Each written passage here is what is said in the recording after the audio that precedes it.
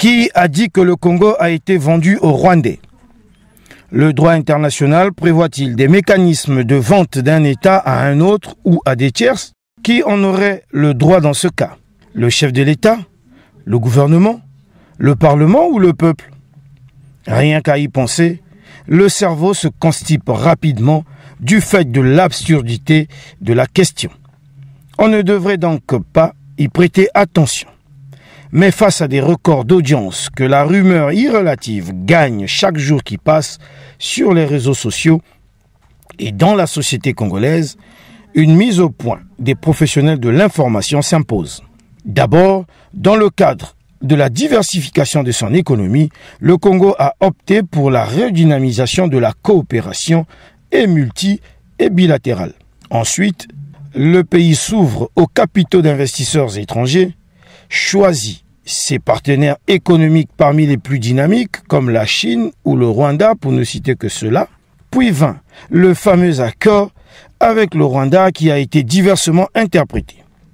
L'intitulé dit que c'est un accord cadre, s'il vous plaît, de partenariat économique, de la promotion et de la protection des investissements entre la République du Congo et la République du Rwanda. C'est clair. L'objet de l'accord, quant à lui, stipule en son article 2, je cite, « Le présent accord a pour but de promouvoir et de protéger réciproquement les investissements entre les deux États par le biais des mesures incitatives que chaque État prendra. » Fin de citation.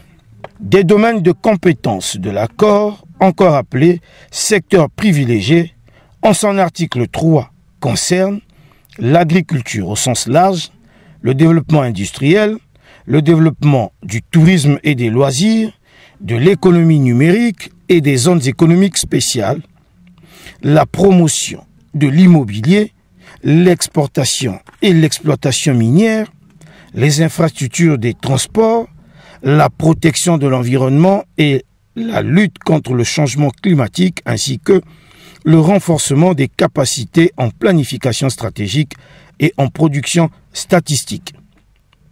Cet accord peut être dénoncé à tout moment après 10 ans d'application à partir de la date de sa signature selon l'article 16.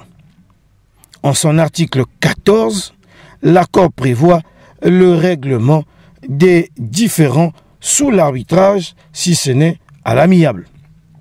À son article 13, un comité de pilotage composé des membres des deux parties est chargé de suivi et de l'évaluation des relations entre les deux gouvernements.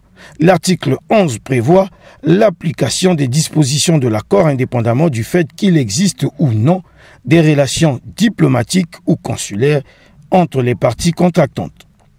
Jusqu'ici, on ne parle nulle part de la vente de tout ou partie de la République du Congo. Ensuite vient le projet lié à cet accord de la création d'une société de droit congolais qui sera soutenue par une holding rwandaise pour un développement agricole.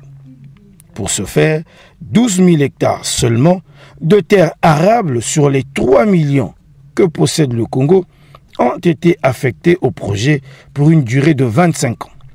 À cela, il faut ajouter l'investissement de plus de 100 millions de dollars américains sur le site industriel de Maluku par la société rwandaise Crystal Ventures, deuxième employeur au Rwanda après l'État, avec un capital estimé à 500 millions de dollars américains. La même société rwandaise prévoit d'investir 100 autres millions de dollars américains pour la création d'un port sec, une ville et un centre de formation en République du Congo. Les principaux secteurs d'activité de Crystal Ventures sont l'agroalimentaire, la sécurité, les télécoms, les services financiers et le BTP. Jusqu'ici, aucune ombre de la vente ou de l'achat d'une partie du territoire national congolais par les investisseurs rwandais.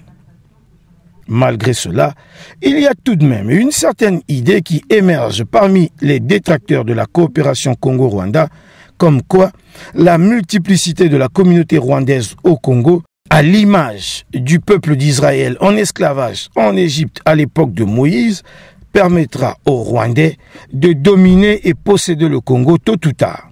Et pour conforter cette idée absurde, ils ajoutent que le Rwandais par nature est violent et dominateur. Allusion faite au génocide rwandais. En plus de l'absurdité, il faut dénoncer la dangerosité d'une telle pensée susceptible d'altérer les bons rapports entre le Congo et le Rwanda. On oublie la guerre fratricide de 1997 en République du Congo qui ne fait pas des Congolais un peuple violent.